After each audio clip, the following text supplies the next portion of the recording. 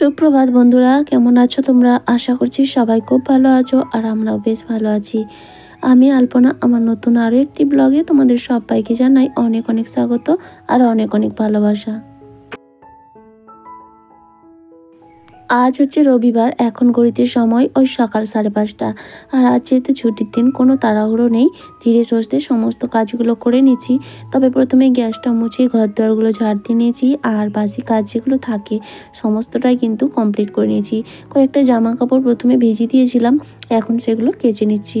তো যাই হোক বন্ধুরা, চলো আজকে এখন থেকেই তোমাদেরকে সাথে নিয়ে আজকের ভিডিও শুরু করছি। মাঝে মধ্যে বৃষ্টি হয়ে যাচ্ছে, তবে বৃষ্টি বন্ধ থাকলেও তখনও কিন্তু রোদ হালকা আধটা বেরোচ্ছে।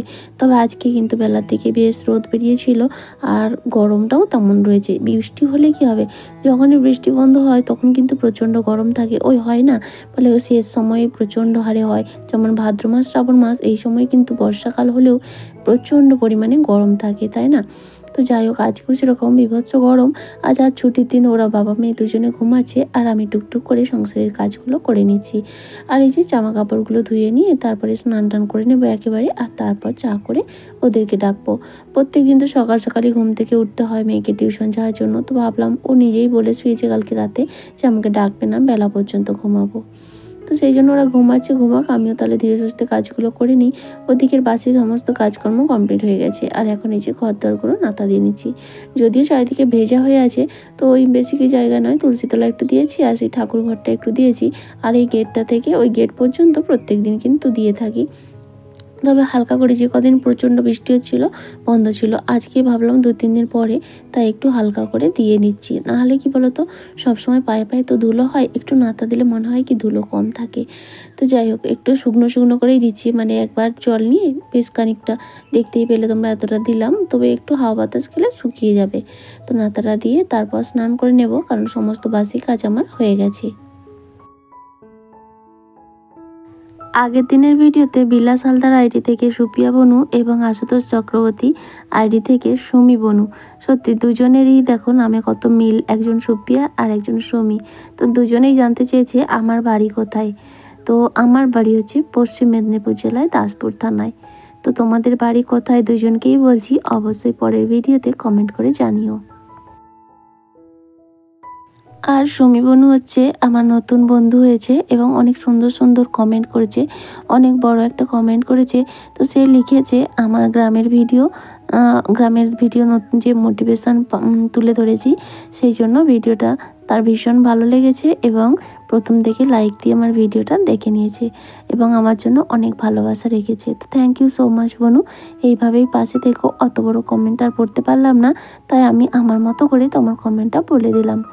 থ্যাংক ইউ সো মাচ গো, আবারও বলছি এইভাবেই পাশে থেকো।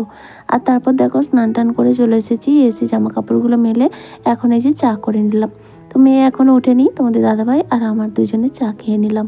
চাটা খাওয়া দাওয়া করে মেয়েকে তো জোর জবরদস্তি করে এক প্রকার তুলেই দিলাম। বেলা অনেকটাই হয়ে গেছে, 9টা বেজে গেছে। আর তারপরে এই যে বাসি বিছানাটা সুন্দর করে গুছিয়ে নিচ্ছি, কারণ ঘর বাড়ি তখনই মনে হয় পরিষ্কার পরিচ্ছন্ন যখন বিছানাটা টিপটাপ থাকে। আর এদিকে দেখো একটা প্রজাপতি কি সুন্দর ফুলের মধ্যে মধু খাচ্ছে, দেখতে ভীষণ ভালো লাগছে। বসেছিলাম, বসে বসে দেখলাম, তাই ভাবলাম তোমাদের সঙ্গেও একটু শেয়ার করে নিই। আজ আমার সেরকম কোনো কাজের চাপ নেই।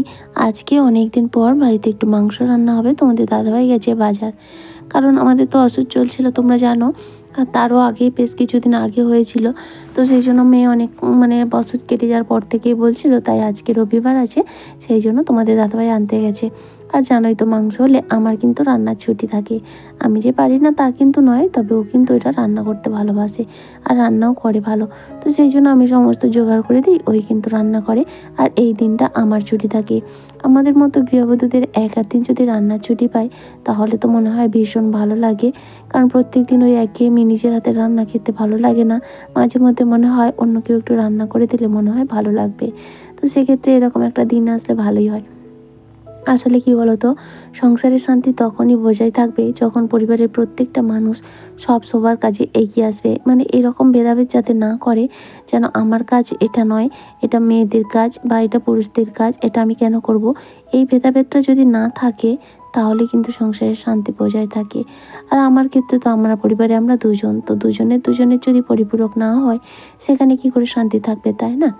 তো যাই হোক, সেদিকে রান্নার চাপ তো নেই, ওদিকে মেয়ে উঠে জল বিস্কিট খেয়েছে, আর তোমাদের দাদাভাই আসলে তারপর সকালের খাওয়া দাওয়াটা হবে। আমি ততক্ষণে ভাবলাম তাহলে ঘরের কাজগুলো একটু কমপ্লিট করে নিই, তাই শোকেসটা ড্রেসিং টেবিলটা হালকা হাতে মুছে নিলাম। আর এখন না বেশ ভালো রোদ বেরিয়েছে, সমস্ত কিছুই তো পরিষ্কার করেছিলাম, আর এই ফুলগুলোই শুধু পরিষ্কার করা হয়নি তখন, তাই ভাবলাম আজকে একটু ফুলগুলো পরিষ্কার করে নিই। তো এগুলো আর পরিষ্কার করা কি, একটু সার্ফ জলে ভিজিয়ে দিলে সুন্দর চকচকে হয়ে যাবে। তো একটু সার্ফ নিয়ে দেখো এই ফুলগুলোকে সুন্দর করে ভিজিয়ে নিয়েছি। আর এইটা ভেজাতে গিয়ে দেখলাম মেয়ে দুটো খেলনাও ভীষণ নোংরা ধুলো পড়েছে, তো সেগুলোকে একটু সার্ফ জল দিয়ে ধুয়ে তারপরে আবার শুকিয়ে নেব। আর রোদটা বেরিয়েছে ভালো। তো যাই হোক, আমি এখন এই কাজটা করে নিচ্ছি। আসলে পরিষ্কার পরিচ্ছন্ন দেখতেও ভালো লাগে, যেমনই ঘর বাড়ি হোক না কেন, পরিষ্কার পরিচ্ছন্নতার মাধ্যমেই একটা গৃহিণীর কিন্তু রুচিশীলতা প্রকাশ পায়।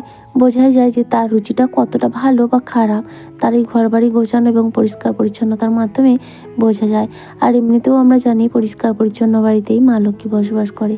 তাই ঘর বাড়ি যেমনই হোক না কেন, আমাদের প্রত্যেকের উচিত সবসময় সমস্ত কোনায় কোনায় পরিষ্কার পরিপাটি করে রাখা।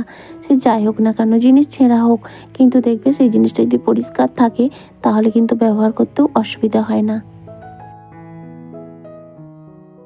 তাহলে চলো এই কাজগুলো করতে করতে প্রত্যেক দিনের মতো আমার মিষ্টি দিদিভাইদের নামগুলো নিয়ে নিই, যারা এত সুন্দর সুন্দর কমেন্ট করেছো।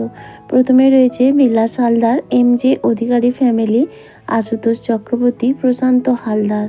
তো থ্যাংক ইউ সো মাচ তোমাদের সবাইকে, অসংখ্য ধন্যবাদ। এইভাবেই তোমরা আমার পাশে থেকো আর এইভাবেই আমায় সাপোর্ট করো।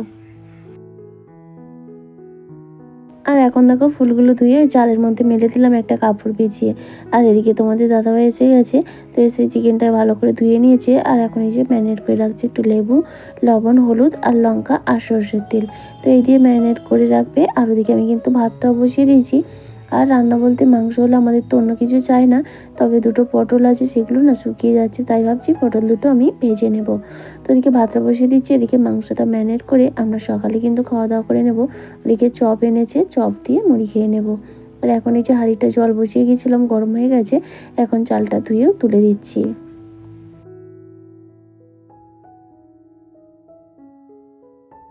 একটা সময় ছিল মাংস ভীষণ পছন্দের জিনিস ছিল, মানে মাংসটাই সব দিনই আমি পছন্দ করতাম ভীষণ। তবে এখন না এমন একটা পরিস্থিতি হয়ে গেছে, এখন আর অতটা ভালো লাগে না। তবে অনেক দিন পরে যদি হয় তবে মনে হয় ঠিক আছে। তো আমার মেয়ের কিন্তু ভীষণ পছন্দ। এখন তোমাদের দাদাভাই তো এই মুরগি মাংস খুব একটা খেতে চায় না। আর আমরা বা মেয়ে আমরা আবার খাসি মাংস খুব একটা তৃপ্তি করে খেতে পারি না। যদিও মুরগি মাংস ধরো খেতে পারবো যেরকম তৃপ্তি করে, খাসি মাংস হলে এক পিস হয়তো খাবো অনেকটা কষ্ট করে। তো সেই জন্যই আমাদের কোনোদিনও দেখো না তোমরা মটন রান্না করতে। তবে তোমাদের দাদাভাই ভীষণ পছন্দ করে। মেয়ে না ছোটোবেলায় খেত, এখন দেখো যত বড় হচ্ছে ওরও খাওয়ার ভাগ রয়েছে, ও আবার খাসি মাংস খেতে চায় না। তবে ওর সমস্ত পছন্দ অপছন্দ সবটাই কিন্তু আমার মতো। আমিও যা যা জিনিস খেতে পছন্দ করতাম ও সেই জিনিসই পছন্দ করে। তো সেই জন্যই আর কি। তারপরে দেখা হচ্ছে বিকেলে একেবারে দুপুরে রান্নাবান্না করে খাওয়া দাওয়া করে একটু ঘুমিয়ে পড়েছিলাম। শরীরটা ভীষণ ক্লান্ত, আগের ভিডিওতে বলেছিলাম না, তো শুয়ে পড়তেই ঘুমিয়ে পড়েছিলাম। আর তারপরে এই যে বিকেলবেলা এখন বাজে প্রায় 5টা মতো, মেয়ে তো ঘুমায়নি, ওই আমাকে ডেকে তুললো। তো ওদের ঘর দরগুলো ঝাড় দিয়ে নিয়েছি, আর এখন এই যে বাকুলটাও ঝাড় দিয়ে নিচ্ছি। দুপুরে হালকা একটু বৃষ্টি হয়ে গেছিলো, তবে খুব একটা ভিজে নেই, তবে ভিজে কিন্তু হয়ে আছে। তো যাই হোক, অর্ধেক ভেজা অর্ধেক শুকনো, সেই জন্য ভাবলাম ঘরদরটা ঝাঁটেই নিই, মানে বাইরেটা ঝাড় দিয়ে নিই, কারণ দু একটা পাতা পড়ে আছে। আর এই যে ঘরের মধ্যে সকাল বিকেল যদি একটু ঝাড় না দেওয়া হয় সেটা কিন্তু একদমই ভালো না সংসারের জন্য। তো সেই জন্যই কাদা হোক যাই হোক ঝাড় দেওয়ার চেষ্টা করি, কারণ যেহেতু এটা আমার সামনের দিকে পড়ে, সেই জন্য কেউ করুক বা না করুক আমি কিন্তু সবসময় পরিষ্কার পরিপাটি রাখার চেষ্টা করি আমার সাধ্য মতো। তো যাই হোক, ওদিকে গোটা বাকুলটা হয়ে গেছে, আর এখন এই সাইডটাও ঝাড় দিয়ে নিচ্ছি। আর মেয়ে কিন্তু সেজে গুজে রেডি, ও একটু বাইরের দিকে ঘুরতে যাবে। দুপুর থেকে তো ঘুমায়নি, তো সেই জন্য ভাবছি ঝাড়ফাড় দিয়ে ওকে নিয়ে একটু বাইরে বেরিয়ে আসবো। আর তারপর দেখা যাচ্ছে অনেকটা রাতে খাওয়া দাওয়া কমপ্লিট হয়ে গেছে। সন্ধ্যাবেলা মেয়ে একটু পড়তেও বসেছিল, আর রান্না তো শুধু ভাত করেছিলাম, দুপুরের তরকারি ছিল সেই দিয়েই খাওয়া হয়ে গেছে। আর এখন একটু গরম জল করে আমার কয়েকটা জামা কাপড় ভিজিয়ে নিচ্ছি। কালকে সকালে কেচে দেবো। এখন যে মেঘের অবস্থা, সকাল সকাল না কাচলে একদমই শোকাবে না। তো সেই জন্য রাতে যদি ভিজে রাখি, সকালবেলা জল আসলে কেচে দেবো। আর এতে কী হবে, পরিশ্রমটাও কম হবে কিন্তু পরিষ্কারটাও বেশি হবে। তবে সমস্তটাই আমারই রয়েছে, শুধু তোমাদের দাদাভাইয়ের একটা স্যান্ডো গেঞ্জি আর একটা হাফ প্যান্ট রয়েছে। তাহলে চলো বন্ধুরা, আমার আজকের ভিডিওটা এই পর্যন্তই। দেখা হচ্ছে আবারও আগামীকাল নতুন আরেকটি ব্লগের সঙ্গে। ততক্ষণ পর্যন্ত সবাই খুব ভালো থেকো, সুস্থ থেকো। আর আমার আজকের ভিডিওটা কেমন লাগলো অবশ্যই জানিও একটা কমেন্টের মাধ্যমে। তাহলে চলো আজকের মতো টাটা, গুড নাইট।